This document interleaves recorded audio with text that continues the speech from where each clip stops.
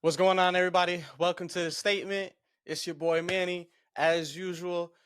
To my sides, I don't know what position I'm gonna be at when this thing airs, but to my sides, we got the main man, Lavon Lewis. How you doing, You, brother? I'm Introduce cool, yourself man. to the people who may not remember you. Ron Lewis, 23, Norwalk, Connecticut. You know what I mean? Grady. Y'all know me. What's happening? Yep, that's Grady. For those of you who don't know, Lavon, the main man, is right now playing tight end over at the University of Delaware. I don't know if anybody's going ahead and watching this from the last episode, but long story short, yeah, he's a tight end, part-time tight end, part-time bitch. Damn. You can have it Oh, however way you hold want. on. Anybody Hold who's a on. Giants fan, in my Hold opinion, on. falls into the bitch category. All So right. Ain't y'all damn near last? The Patriots suck. After you y'all know lost what? Tom Brady. As a You matter know of fact, what? I told you, once y'all lost Tom Brady, y'all franchise wasn't going to be shit. And look, while that may be true, I'm one of those fans that right now, unlike others, Womp, womp, gets to womp, go womp. ahead and still kind of live off of all those winning seasons. So it's holding me over for the time being. Hey, well, Y'all been guess what asked we for the got? last Hey, 2 years, Vaughn, though. Like, guess what we got that he don't? We got two of them. We two got what? we got two over them. Two No, over we them. don't.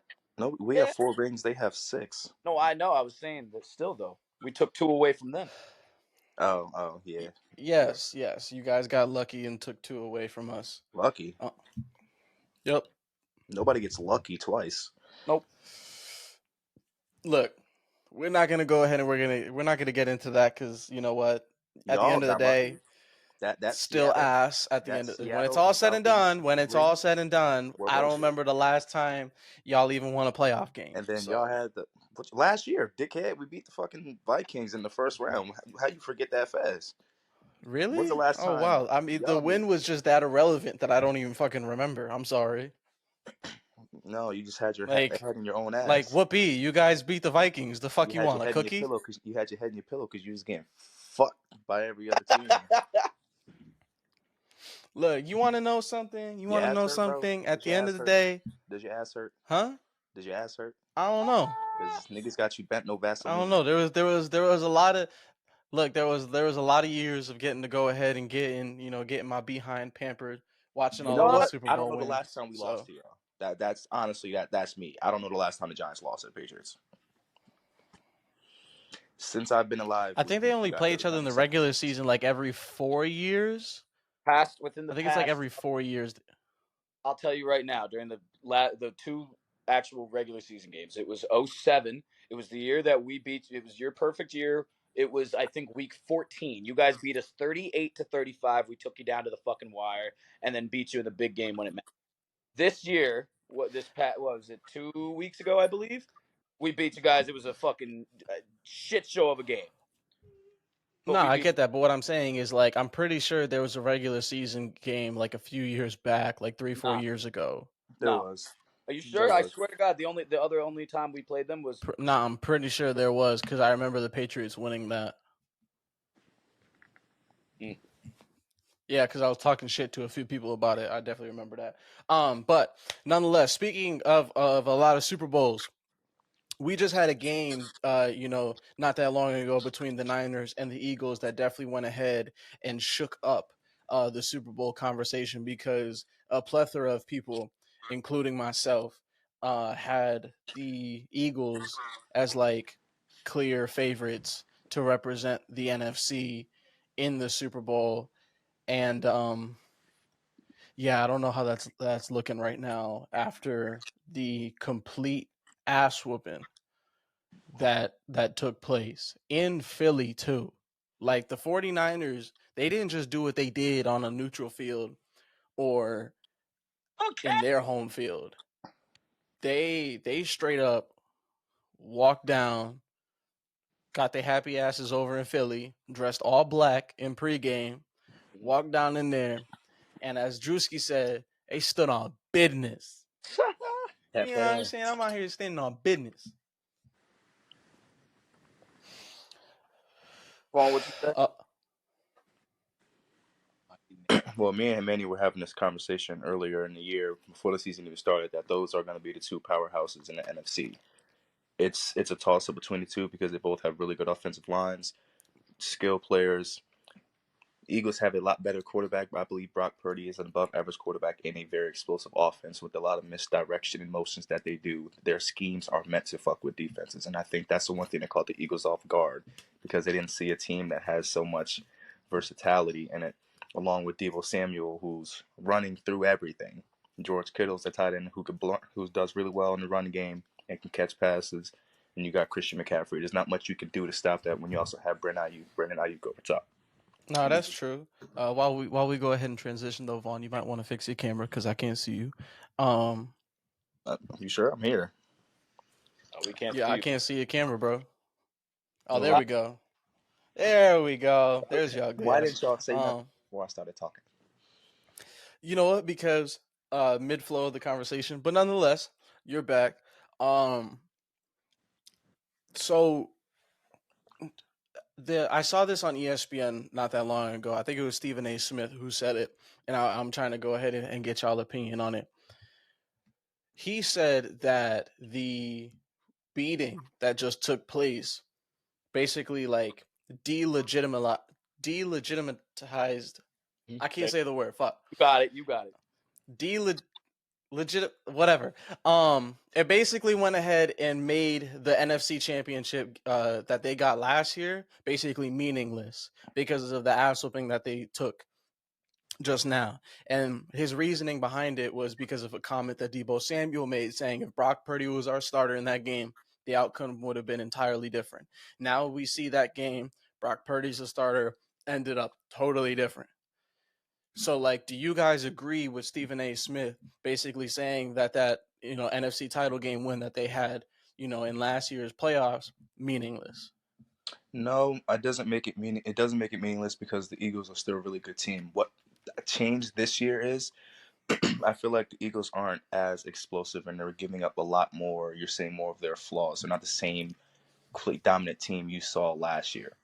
And I'm saying this because when you watch their games, you see them struggling with teams like Washington. The Bills game was way too close, and then the Chiefs game, they're relying way too much on Jake Elliott's foot to put them in position to either tie the game or to win. They're not blowing teams out the water like they used to last year. So I don't know if it's a lack of defensive effort or if they just don't have the same players. I know losing, what was it? And I know they have a few linebackers hurt. I just can't remember who. But I know they lost C.J. Gardner-Johnson. that was also a very big loss. Yeah, he But ended up going to Detroit and then getting like hurt halfway through the year. yeah, and also you got to think about the San Francisco 49ers defense. Right. They now have Chase coming off that edge on the opposite side with Bosa and Yo, Armstead in the middle. that Now, that before we boy get went into ahead. the full thing, they did a very good job of containing Jalen Hurts scrambling. They always had a spy on him. And I was telling Eagles fans from the jump, when y'all play them, that scrambling shit is dead because you have those two guys coming off the edge and they have D tackles who can move as well. And they always had either a safety or a corner ready to come down and take Jalen Hurts out. And they also did a great job of containing shit over top. Yeah. Jalen Hurts is one of the most efficient deep balls in the league right now. That's evident. The only way they were going to get shit was underneath or across the middle because they had that shit blanketed. That's why they could only put up their 19 points because they schemed them perfectly. If you can keep Jalen Hurts from scrambling past the line of scrimmage and taking away the deep shots, their offense now becomes one-dimensional. They need to do everything with him out the pocket, finding someone to get open. They slowed their offensive pace down and kept them from the areas where they catch teams out. Well, I mean, I think it's kind of easy to do that too when you have the best defense in football. I think like this year statistically, like it's like what San Francisco and Kansas City are like, going ahead and playing like some of the best football defensively in the entire league. And then on top of it too, when you look at the Niners roster, right? They by far have the best middle linebacker in the NFL in number 54. Fred Warner. There we go. I was forgetting his name. Fred Warner is easily one of the best sideline to sideline backers in the NFL. Like, not even just that he's the best overall, linebacker in the football in NFL, but just sideline to sideline. I don't know. My words are so bad right now, bro. It's because I'm thinking too much. That's why I'm not just going. I'm thinking too much. But like, nonetheless, though, like his ability to move sideline to sideline, legitimately be able to cover most receivers, most tight ends, most running backs. Like he's versatile as fuck. And then their secondary is good. They actually just went ahead and signed a new secondary member, Logan Ryan, the expatriate and Buccaneer. I think Logan Ryan was with the Giants too for a period of time, if I'm not mistaken. Nah, But yeah, he was. I think it was in 2021. He so they didn't really have they much just signed production for us him, though. and I think so. What the 49ers do a really good job of is going ahead and utilizing and taking advantage of the fact that they're not paying Brock Purdy shit. They're paying him, like $150,000 a year or something like that. So they're able to use that money to go ahead and basically just play Madden with the rest of their roster. Even though the Eagles still have like a top 5 roster in football, I think the Niners roster head and shoulders above every other team in the NFL. Head and For sure. shoulders. You have So, well, arguably the best defensive edge, in football with Nick Bosa, the best linebacker. You have the best overall secondary because they got even though he's hurt now, but they had the safety out of SC, Hufanga, I think is his last name. I Yeah, keep getting it wrong. yeah. Number But 29. That boy's a and problem. then and then I forget who laid the hit on Swift. But that boy got his ass knocked out. I don't know if y'all saw the hit that I'm talking about, but that boy Swift got put on the ground, bro. Like it was bad. It was really bad. And when you have not even your star players going ahead and making like clear hits like that, where they laying that wood down, pause. pause. Um, This but long it's hard just, wood on your back. Pause. hey Pause. yo, way to go ahead and double down on it.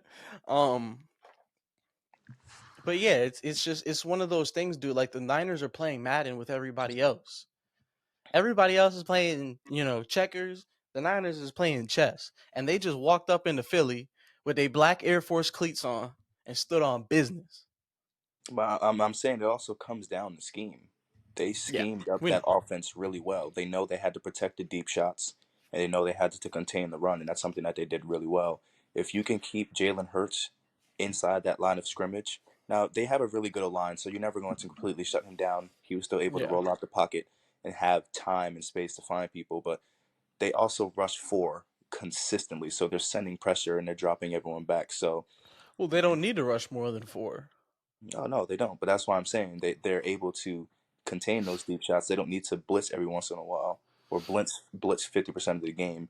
You have Yeah. the D line to be able to drop seven and comfortably sit in that zone. Or if you want to send 5 or 6 and play man, they have the corners to do so. Travarius Ward was keeping up with Devontae Mm-hmm. Smith and AJ Brown the whole game, especially in the once they got to that red zone or tried to hit passes in the end zone. I I feel like think though both it teams was are it was good to really watch clear that. last night that the Eagles missed Dallas Goddard badly Yeah. because he was Jalen's safety blanket underneath, and they were kind of having to go ahead and use what they got. Granted, like all these guys are in the NFL for a reason, so they can't be that bad, especially to make the 53. But I mean, we all know why Dallas Goddard is their starting tight end. He's there. And He's has there been for a there reason. tight end forever, bro. He's been there forever. Yeah, he's been there for a minute, and it's funny too because the Eagles only drafted him out of pettiness towards the Cowboys. Because the year that Dallas Goddard got drafted out of South Dakota State, the Dallas Cowboys wanted him, but the Eagles had like the pick ahead of the Cowboys that year, and they snatched him up, knowing that the Cowboys were going to pick him because they were trying to look for Jason Witten's replacement. Mm. Man, fuck South Yeah, Dakota State. yeah. I know you don't Oh, you don't like them. Weren't they the ones who knocked you out of the playoffs last year? Twice. Punk bitch ass niggas. oof. Damn. Yo, and they're number one right now, and they're definitely going to win the championship again. There's not a team who I think even comes close to beating them. The number 2 team is Montana. They just mollywopped us. They're going to get cooked in Frisco, Texas when they see South Dakota State. I feel bad for y'all in that game too because that snow was crazy. Yeah, yo, I peeped that. That was crazy. It was a cool experience to be in, but bro, you couldn't see shit. Like on the field, Huh. on the field, you could not see into the stands. The snow came down so hard, and it couldn't have been timed more perfectly for them or worse for us because it was just flurries throughout the whole day, off and on, and then even in warm ups, you can see the sky.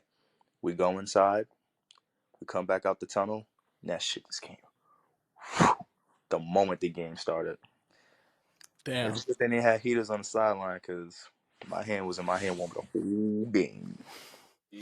But now so let me go ahead and ask y'all this. How what do y'all say the gap is between the Niners offense and the Eagles offense? Both fully healthy. What do you think the gap is? I just feel like their skill players dominate more because Debo Samuel, you could put him anywhere. He will take a screen, take it for 50 or 60, break 3 tackles, and be fine. Mm-hmm. He's just too explosive for any team to scheme against it. And like I said, their offense has so much misdirection and motions. When you look at their offense or you watch that game, how many times did you see a receiver come in motion, orbit, and then come back? Or they'll motion Brandon Ayuk across the ball, fake to someone. Like at one touchdown they had to Debo, Brandon Ayuk came across the ball, they faked the handoff to him. Kittle completely arced Son Reddick. He fell for the misdirection. Quick dump off pass. Debo's in the end zone. Then in the fourth quarter, that very last touchdown, they send 5 guys out. Debo catches the ball and runs clean up the middle. I think the biggest thing between them, Eagles do a lot of improvising. 49ers does a lot of scheming. There's way too much shit going on in their offense for you to try and Mm-hmm. stop one person. You got to worry about Christian McCaffrey in the backfield. You got to worry about short shit and deep shit to Debo. Then you still have Brandon Ayuk and George Kittle to contain. That's why I say, and they have a great O line. Um, that's why I say if they can win with Brock Purdy, he's an above average quarterback. He's not someone that's going to like. He's not a Jalen Hurts. He's not a Joe Burrow. He's not someone that's going to like surprise you with anything that he does. Just put the Mm-hmm. ball into the hands of your best players. They're literally playing Madden. There's so much shit that you can do in their offense that you can't. There's Mm. no focus point. So then are you guys not giving like Brock Purdy much credit for the success the 49ers are Oh no, having? Bro, they're I'm giving still giving him credit. Like I said, he's an above average quarterback. He's all you need is someone to get the ball to your players, and he's been able to do that effectively because of the type of Mm-hmm. and offense he's in. If you take him and put him on another roster, I don't think he finds that same success. I could agree with that. I can definitely agree He's with not that. terrible. I'll give him that. But no, He's a he's good not quarterback. terrible, Vaughn. He's the front runner for MVP right now. Yeah, right now he has the best odds in the league Front to runner win for it, plus MVP. 300. Yeah, look at the offense he's in. He doesn't have to do anything spectacular. They're winning I still games. don't think he should win MVP. I think it should go to Tyreek if he hits 2K yards, but that's another conversation for another That day. is another conversation, and that is definitely important. But So, So let me go ahead and now transition over to this. So now we kind of see that the Eagles against the Niners, they really don't have a shot of going ahead and representing the NFC. no, they still have a shot. You still can't count out the Eagles. They're still a really good team. The 49ers just caught them off guard with this. Because last But year I think they thought they were gonna roll through them like they did last year. I don't know though, man, because like when I look at it, you look at breakdown football a lot of the times is just a game of matchups, and when I go position group for position group, I look at what the Eagles have and I look at what the Niners have, and I put the Eagles at, like, let's just say, um let's just do it off percentiles. The Niners offense overall is like in the NFL right now in the 99th percentile. I have the Eagles in like the 97th percentile. Because the Eagles still have a great offensive line. I don't think it's better than the 49ers though. the Eagles have the better quarterback, but I would say that the Niners have the better receiving core and they have the better running back. So it's kind of just like the Eagles' advantage, really, to me, is only in the quarterback position. But the gap between their receivers is not far off. No, you're Devontae right. Smith, Brandon Ayuk is not better, or if not, the gap between him and Devontae Smith is like this. Mhm. Like But this. I also, but this is the And thing. even Like when I though, look at the best, hold on, hold player. on. Let me get All this right, out. all right. Do you? Do And, you? and AJ Brown as a receiver is very physical, and there's not much you can do to stop him. I feel like he can probably do the same shit that Deebo Samuel does, but because that's how he's used in 49ers offense, he's just more versatile right now. But AJ Brown Mm. has a lot of impact. So the gap between the receiver room is not far. But I do believe that 49ers core is deeper, but not that much better, if that makes sense. Hmm. They don't like the Eagles. If you take away AJ Brown or Devontae Smith from that offense, it doesn't fail, Mm. but the productivity drops a lot. You lose Brandon Ayuk, you still have guys who could come in and keep pace with that 49ers offense because of the different players that they have. So let me go ahead and let me ask this. So we can all agree, George Kittle, second best tight end in football behind Kelsey, correct? Yeah. Shout out, big bro. Okay, facts. AJ Brown, where do you stack him in the wide receivers in the league right now? I know he's not one because anybody who puts him over Tyreek Hill is on crack. You know, only Eagles fans would do that. I agree.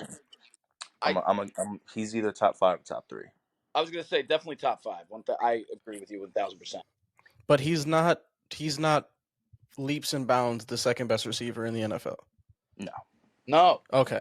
So when you look at the best players in their group, right? So best player in the Eagles receiving core, AJ Brown.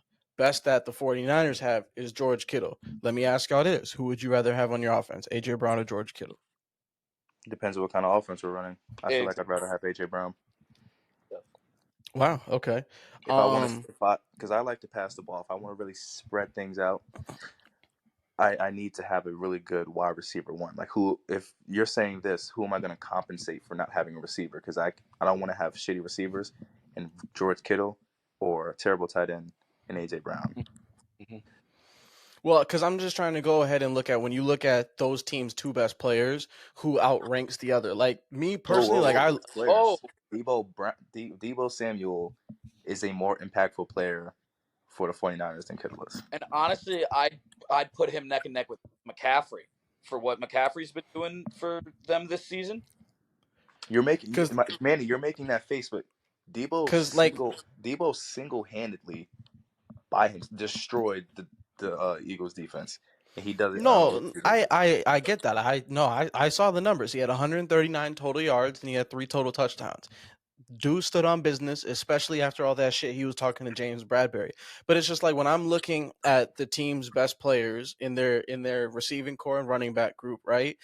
I'm just trying to go ahead and make the case that at almost every tier that you break it down to, the 49ers are much better than the Eagles. Like, let's just go ahead and put who do you think is the best player on the 49ers offense? Deebo. Okay, so Deebo, I don't know. I'll put Christian, to be honest. I'd put McCaffrey, to be honest, too.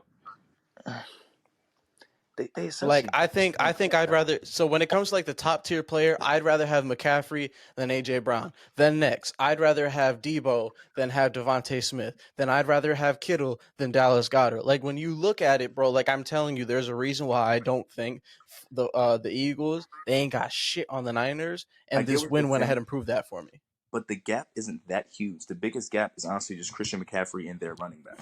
And DeAndre. Jalen Hurts can compensate for that. I mean, yeah. You don't contain. But this is the thing. Deebo's not a wide receiver. He's a wide back. Let's go ahead and get that straight. He even said it himself. He's a wide back. You're using him in both. That's why every game he'll have total touchdowns and not just receiving touchdowns. Right. But like, I can't after seeing what I just saw, I can't say that the Eagles are the best odds in the NFL to knock off the Niners from representing the NFC in the Super Bowl because of what I just saw. I mean, And we can never say if that after any just other teams have one a better shot, bad then that game. means that ain't nobody touching the Niners. We can't say that after one bad game, though. That's not a bad. This is the thing, bro. Like the No, Eagles I are still showing I a still pattern to 100% me have right the now, bro. 49ers beating them. I still have the 49ers beating them. Yeah. But the gap isn't that huge. You can't just count out anything that Jalen Hurts does because people have been doing that since he's gotten the league, and the nigga almost got a ring. He's been doing Nah, shit like, and breaking records. He's been breaking records that no one thought he would touch. but now So this was the point that I was trying to make earlier. Like, I really genuinely do believe that if Brock Purdy was healthy in that game, bro, I'm not too sure that the Eagles were making it to the Super Bowl, bro. Like, this game kind of went ahead and showed me all I needed to see. their And like, defense this still is gave up crazy 35 because points. I had the Their Eagles winning defense, it all. the 49ers defense still gave up 35 points. Yeah, To they couldn't who? get any offensive production to the Eagles. No, they gave up 19. I'm talking about in the last year during the playoffs. It was 31-9. Well, still they still gave up 30 points. But this is the thing, like when your offense isn't firing like how it normally is, the Eagles offense is going to have more opportunities to get on the field and score. Hence what happened. There was no rhythm to be had in that NFC title game. None. And to my point that I was making about this Eagles team last year too, their offense was putting up points more consistently. That's why this year it's a bit iffy because they've had to rely on Jake Elliott's foot. So there's gray area in this Eagles team. They're not as good as they were last year, and they're still by far the second best team in the NFC. Okay. But So they're going to have trouble getting past the 49ers, and I do still have the 49ers winning. so then Grady, I'll start with you for this question. Outside of the Eagles, who else in the NFC do you see possibly going ahead and challenging the Niners for the right to represent the NFC in the Super Bowl? Besides the Niners, I mean, No. Besides the Eagles, if it was Eagles, right? who's gonna challenge the Niners in the NFC title game? I mean, I can't even I don't even know because again, it's the Eagles are the number two. They are the number two. There's But I'm I saying still like bar Cowboys.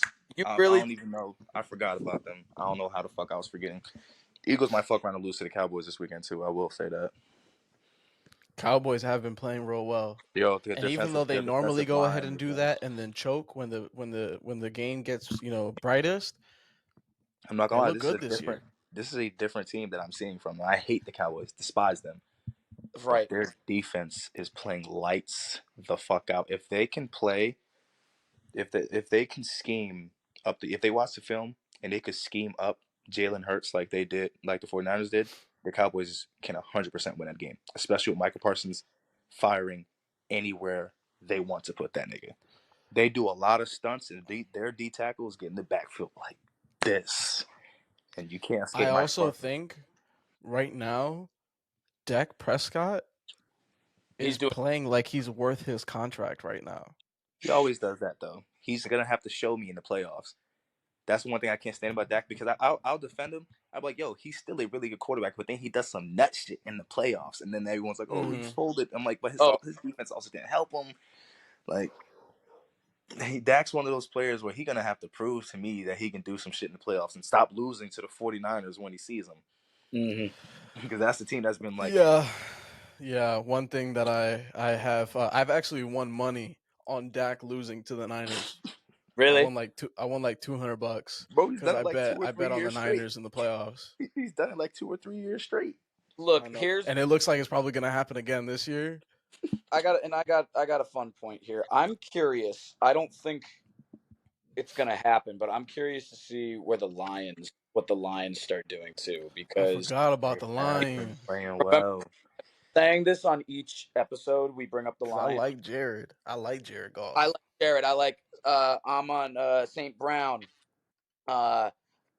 I love Dan Campbell. I say it every single time. I know it's And not all Jahmyr about Gibbs is getting used the right way too.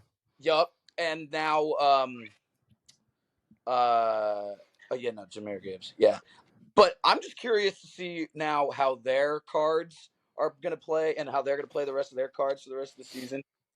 Because if they keep playing with, they've been playing with their flaws throughout this entire season, and Manny and I have been talking about this on previous episodes. What happens? And they still have the success. What happens when they pull themselves together and play true 100% sound football? Yeah. You know, who's to say they yeah. can't? So I bar mean, the I still don't think they go Eagles. pound for pound for those top 3 teams. I agree. Yeah.